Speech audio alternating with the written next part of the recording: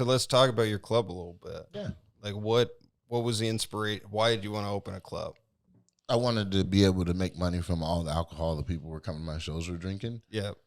Mm-hmm. Just money or what? Simple dimple, man. Yeah. You need more than Well, that. I'm gonna throw show. I was always gonna throw shows. It's like, how can we make more money off this shit? And nobody would give me the bar. No one nowhere. No matter how. I literally saved the Varsity Grill. Like they let me do that because it was like kind of desperation. And they made so much money. They remodeled the whole place, turned into Steel Creek, and we're like, hey, our new audience and your audience don't blend very well, so we're gonna part ways. I'm like, ain't that a bitch? Damn. So, but like, I watched some of like the interviews you did when you guys were releasing and stuff, and you said you'd been around multiple clubs throughout the country. You took what you saw was the best practices. Like, what did you do to fold that in here? Like, what have you tried to do, and what is the?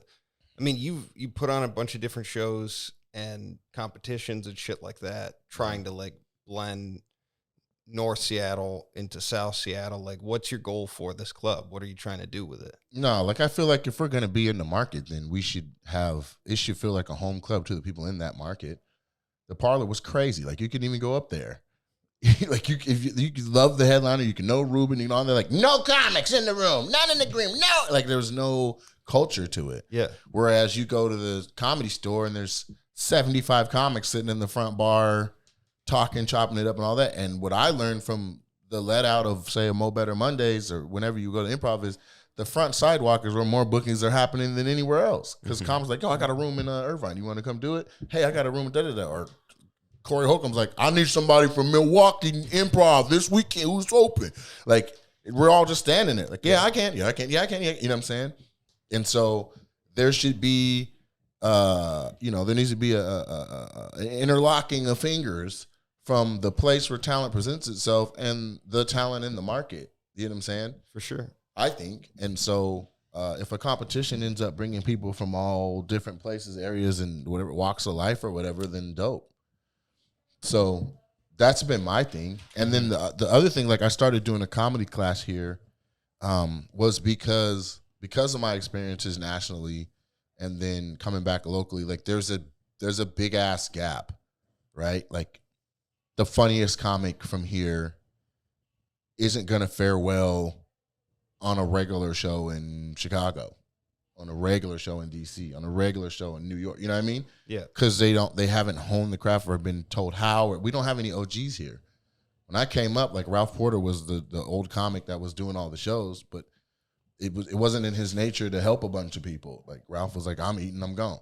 Mm-hmm. No shade to him. That's just his personality trait. I'm a giver. Like I want to see people succeed. So if I sit through an open mic and watch 20 people flail, at some point you have to be like, okay, let me, like, can I just please? It ain't gonna be free, but I'm gonna show you guys like a path to sorting through your own thoughts that you can now have something to be purpose driven about with your doing mics, with your spending gas money and being away from your family and all the nights out and all. Because when people say they do comedy, it's one thing, but the facts are you just kissed every night goodbye for like 7 years straight. Mm-hmm. And to do that and to still be on the same 3 to 5 minutes is nuts to me. So I just put my foot down and was like, this is what we're going to do. And everyone who's come and gone through the class and actually like really listened to the shit I said and did it in practicum can still use that stuff. And they have jumped leaps and bounds in the market. Like the finals of the comedy contest at another club, like half of them were from my class, and they did their sets from my class.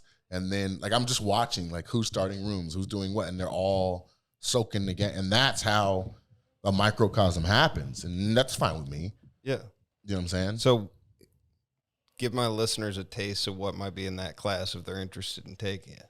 Because most of the people that are probably tuning into this are in Seattle comedy or interested in Seattle comedy. So like, if they want to come check out your club and hang out, what's the policy on that? Can they catch shows? And then also can, like, if they're interested in taking that class, what are they going to learn? I don't know what I'm offering the next one, but our policy is you cannot come to a show if it's a special event. And the reason why is because the headliners are so big, they're counting the seats. They know how much of each seat they make from the door deals and shit. When it's not a special event, it means I have a comic very talented, but the deal is such that I'm like, let's just fill this bitch up, come and drink.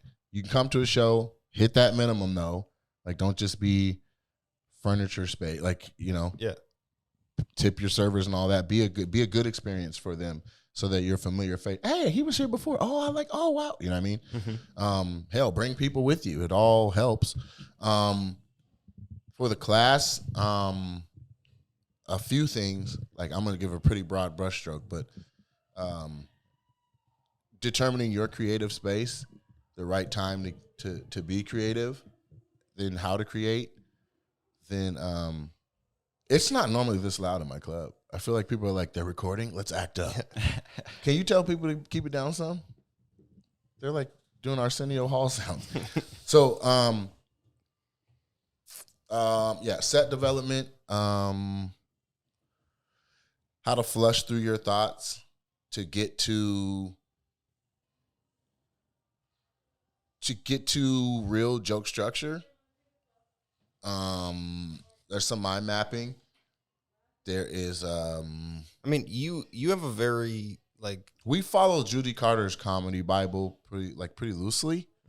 And so it's like the reference material. You know what I mean? Like, you take this class and like you come to the class is like 2 or 3 hours on a Wednesday. I think that's what we were doing.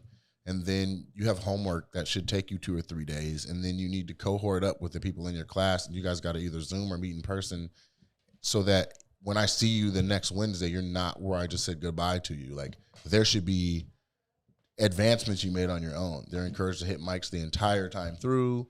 You know what I mean? It leads to a showcase. And thus far, everybody who's performed on the showcase, like the showcases they've been like an experience for me because I'm like, I'll be goddamn.